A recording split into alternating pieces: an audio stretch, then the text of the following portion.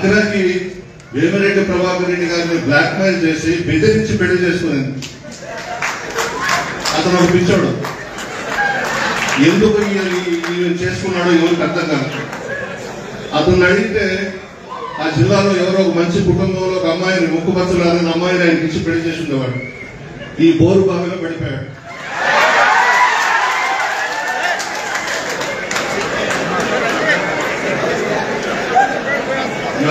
వైఎస్ఆర్సీపీ ఎందుకు ఈ పార్టీ గురించి పదే పదే మాట్లాడకూడదు అనుకున్నా కూడా మాట్లాడాల్సి వస్తుంది. ఎందుకు మాట్లాడకూడదు అంటున్నామంటే ఏదో భయపడిపోయే మాత్రం కాదు, కేవలం అలాంటి వాళ్ళ గురించి మాట్లాడడం కూడా కొన్ని సందర్భాల్లో మేము కూడా సిగ్గుపడే పరిస్థితి కనిపిస్తాం. మహిళల గురించి ఎంత నీచంగా మాట్లాడినా కూడా నోరు విప్పకుండా ఇంకా దాన్ని ఎంకరేజ్ చేసే పరిస్థితిలో జగన్మోహన్ రెడ్డి ఉండటం అనేది చాలా జుగుప్సాకరమైన విషయం. ఈ రోజు ఎందుకు ఈ పదం ఉపయోగిస్తున్నానంటే, ఒక తల్లి గురించి, ఒక చెల్లి గురించి, ఒక ఆడబిడ్డ గురించి నోటికొచ్చినట్టు మాట్లాడుతూ ఉంటే కనీసం ఇది తప్పు అని చెప్పలేని నాయకత్వం, అదొక నాయకత్వమా? అటువంటి నాయకుడు ఒక నాయకుడా? ఇది ప్రతి ఒక్కరు కూడా మనం ప్రశ్నించుకోవాలి. ఎస్పెషల్లీ వైఎస్ఆర్సీపీకి నాయకత్వం వహిస్తున్న జగన్మోహన్ రెడ్డి కూడా ప్రశ్నించుకోవాల్సిన అవసరం ఉంది. గౌరవ శాసనసభ్యురాలు అటువంటి మహిళ గురించి ఒక మాజీ ఎమ్మెల్యే నోటికొచ్చినట్టు మాట్లాడటం అన్నది ఎంతవరకు సమంజసం అని ముందు మిమ్మల్ని ప్రజల్ని ప్రశ్నిస్తున్నా. అట్ ద సేమ్ టైం పత్రికా విలేకరులను కూడా ప్రశ్నిస్తున్నా. ఆవిడ గురించి, ఆవిడ వ్యక్తిత్వ హననం చేయడానికి, ఒక క్యారెక్టర్ అసోసియేషన్ చేస్తూ ఆవిడ వివాహం గురించి, ఆవిడ వ్యక్తిగత జీవితం గురించి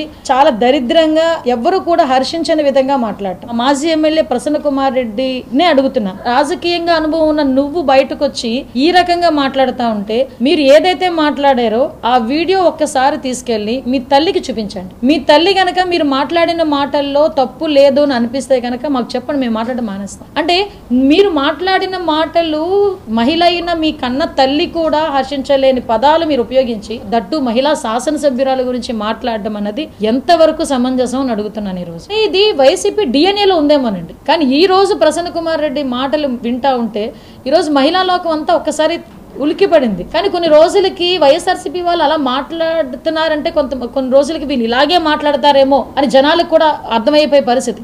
మహిళలందరి గౌరవాన్ని కాపాడే బాధ్యత కూడా జగన్మోహన్ రెడ్డి మీద ఉంది. ఈ టైంలో అతని మీద కంపల్సరీ చర్యలు తీసుకోవాలి. లీగల్ గా కంపల్సరీ ఈ రోజు మన వేమిరెడ్డి ప్రశాంత్ రెడ్డి గారు కూడా కంప్లైంట్ చేశారు. అదేవిధంగా చాలా చోట్ల ర్యాలీలు కూడా ఈ రోజు మహిళలందరూ కూడా చాలా మంది పెద్ద ఎత్తున బయటకు వచ్చి కంప్లైంట్లు కూడా ఇచ్చారు. దాని మీద కూడా కంపల్సరీగా చర్యలు తీసుకోవాలి. కొవ్వూరు మాజీ శాసనసభ్యుడు నల్లపరెడ్డి ప్రసన్న కుమార్ వాళ్ళ కార్యకర్తలు మీటింగ్ పెట్టాడు. ఏం మాట్లాడుతున్నాడో అర్థం కాదు. ఎన్నిసార్లు గెలిస్తే ఎందుకు నాకు అర్థం కాదు. ఒక మనిషి పబ్లిక్ లైఫ్లోకి వచ్చిన తర్వాత పీపుల్స్ రిప్రజెంటేటివ్గా ప్రజాసేవ చేసేదానికి వచ్చి ఎప్పుడు ఆపర్చునిజం వాడుకోవటం, వదిలేయటం, పొగట్టం, తిట్టడం, తర్వాత కాళ్ళు పట్టుకోవటం, ఇదేనా నీ లైఫ్? నువ్వు నల్లపరెడ్డి శ్రీనివాసరెడ్డి కొడుకని భ్రష్టు పట్టించేసావు, ఆ కుటుంబం పేరు భ్రష్టు పట్టించేసావు. ఏం మాట్లాడతావు? నిన్న ఒక కోవూరు ఎమ్మెల్యే మహిళ, ఆమెని ఆమె భర్త ఎంపీ బీపీఆర్ని వైసీపీలో ఉన్నప్పుడు తెగ పొగిడేవు, హోమాలు చేయించావు, దాన కర్ణులు అన్నావు, ఆదర్శ జంట అన్నావు. నేను ఏం మాట్లాడుతున్నా? ఏంది అంత ఫ్యాక్ట్? అంత కొవ్వేంది? ఏమైంది నీకు? ఒక మహిళా ఎమ్మెల్యేని నీ నోటికొచ్చి మాట్లాడతావా? భార్యాభర్తలకి మధ్య తగులు పెట్టేదానికి ప్రయత్నం చేసినట్టు చేస్తావు. నీ వల్ల అవుతా? అంటే కనీసం మర్యాద లేదా నీకు? ఏమనుకుంటున్నావు? నేను మాట్లాడింది సమాజం ఒప్పుకోదు, సమాజం ఒప్పుకోదు, రాజకీయాలు కాదు. అక్కడ ఇంత నీచంగా తయారైపోయినావు. ఒక్కసారి నీ సంగతి చూస్తే 1996లో చంద్రబాబుని ఇంటికెళ్ళి ఈడ్చుకెళ్తూ కొడతా, చంద్రబాబుని కొడతా. 96 ఎలక్షన్స్ ముందు లక్ష్మీపార్వతి పార్టీలో ఉండి నువ్వు వాడిన భాష చంద్రబాబుని ఇంటికెళ్ళి కొడతా మాట్లాడినాడు. పార్లమెంట్ ఎలక్షన్స్ అయిపోయినాయి. నేను బాబు గారి ఇంటికి పోయి, సీఎం గారి ఇంటికి పోయి వస్తుంటే జయప్రదతో కూడా కలిసి లోపల బాబు గారిని కలిసి బయటకు వస్తున్నాడు. బాబు గారు కాళ్ళు పట్టుకున్నాడు లోపల. జస్ట్ పార్లమెంట్ ముందు లక్ష్మీపార్వతి పార్టీలో చంద్రబాబు నాయుడిని ఇంటికెళ్ళి కొడతా. పార్లమెంట్ ఎలక్షన్స్లో 0 గుండు 0. నేనట చంద్రబాబు నాయుడు గారి ఇంట్లోకి వెళ్ళా. వెళ్ళేటప్పటికి జయప్రద గారితో కూడా ఆయన బయట వస్తున్నాడు. ఏందైనా అక్కడ అడిగితే ఆ పిఎల్ని ఇప్పుడే బాబు గారు కాళ్ళు పట్టుకున్నాడు, నేను పొరపాటు చేశాను, మీతో ఉంటాను, నన్ను క్షమించండి అని చెప్పి అడిగాడు. అయిపోయింది. తర్వాత షర్మిలమ్మ పాదయాత్ర చేసింది. నువ్వు వైసీపీలో పోయిన తర్వాత బుచ్చి మీటింగ్లో బాబుని, చంద్రబాబు నాయుడిని చెట్టుకు కట్టేసి కొట్టాలన్నావు. అంటే ఏంటి నువ్వు మాట్లాడేది? నేదురుమల్లి జనార్దన్ రెడ్డి దుర్మార్గంగా మాట్లాడావు. నేదురుమల్లి జనార్దన్ రెడ్డి కాళ్ళకి దండం పెట్టి ఆశీర్వాదాలు కావాలన్నావు. ఆనవాళ్ళని తిట్టావు. ఆనవాళ్ళని మళ్ళీ వాళ్ళ ఇంటికాడ చేరేసేసి కాళ్ళు పట్టుకున్నావు.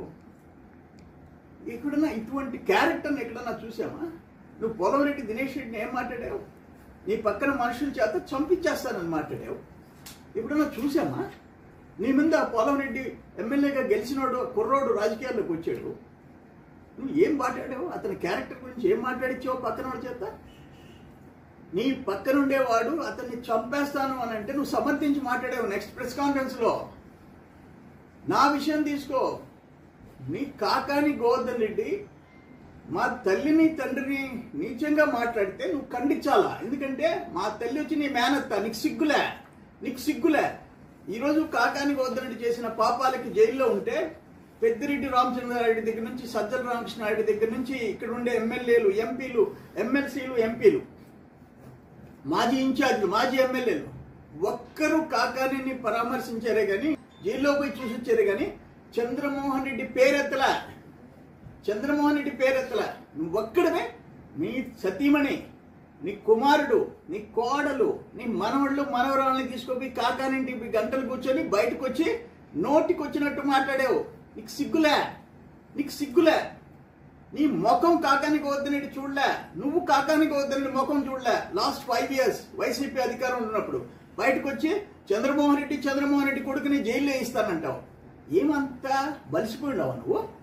ఎంతమందిని తిడతావు? చంద్రబాబు నాయుడు గారి దగ్గర నుంచి, చంద్రమోహన్ రెడ్డి దగ్గర నుంచి, దినేష్ దగ్గర నుంచి అందరినీ నోటికి వచ్చినట్టు తిడతావా? కొవ్వు వచ్చిందా నీకు? ఈరోజు ఏమైంది నీ బతుకు?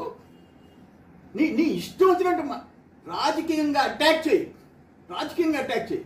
దినేష్ని మాట్లాడకుండా మాట్లాడావు, అయినా ఓచుకున్నారు. కాకాని గోవర్ధన్ రెడ్డి దుర్మార్గంగా మాట్లాడాడు, మేము ఓచుకున్నాం. అన్ని దగ్గరలో అందరూ ఓచుకోడు. నిన్న నువ్వు వాడిన భాష దుర్మార్గం. ఏమైంది? నీ పొరుగు పోలేదా? నీకు సిగ్గులేదా? నువ్వు శ్రీనివాసుడికి కొడుకుగా ఉండి ఇంత నీచానికి దిగజారుతావా? ఏం నీ నోరు అదుపులో లేదా నీకు? చంద్రబాబుని కొడతావు, ప్రశాంతమ్మని తిడతావు, చంద్రమోహన్ రెడ్డిని గొక్కలు వేస్తావు. ఎంతమందిని తిడతావు నువ్వు?